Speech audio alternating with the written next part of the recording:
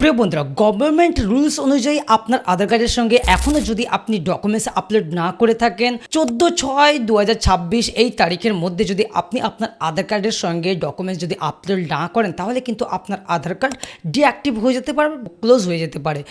তার জন্য কি করবেন, প্রথমে আপনি গুগলে যাবেন এবং এখানে সার্চ করবেন মাই আধার।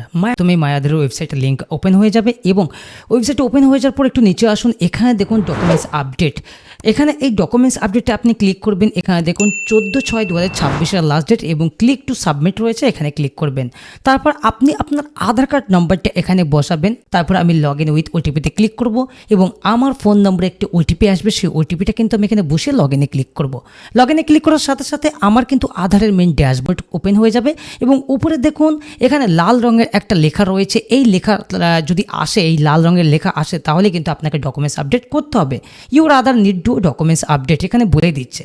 তো কি করব, আমি এখানে ডকুমেন্টস আপডেটে ক্লিক করব। নিচে যে ডকুমেন্টস আপলোড, এখানে ডকুমেন্টস আপডেটে ক্লিক করার পর নেক্সটে ক্লিক করব এবং এখানে আমার ডিটেলস শো করবে আধার কার্ডে। আই অ্যাগ্রি চেক বক্সে ক্লিক করে সাবমিটে ক্লিক করব বা নেক্সটে ক্লিক করব।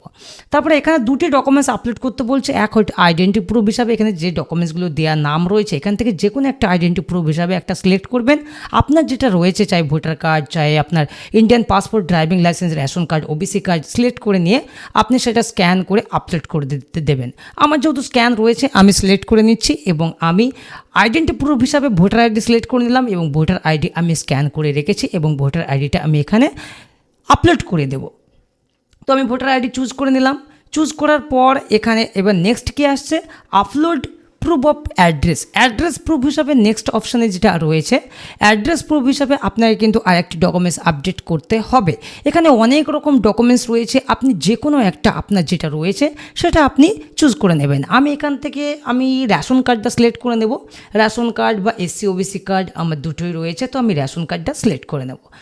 তো আমি রেশন কার্ডটা সিলেক্ট করে নিলাম এবং অ্যাকসেপ্টে ক্লিক করব এবং রেশন কার্ড আমি স্ক্যান করে রেখেছি, সেই স্ক্যান কপিটা আমি এখানে আপলোড করব। সিলেক্ট সাপোর্টিং ডকুমেন্টসে ক্লিক করব এবং যেটা আমি স্ক্যান করে রেখেছি রেশন কার্ডটা আমার ডেস্কটপে স্ক্যান করে নিয়েছি সেটা সিলেক্ট করে আমি এটা আপলোড করে দেব।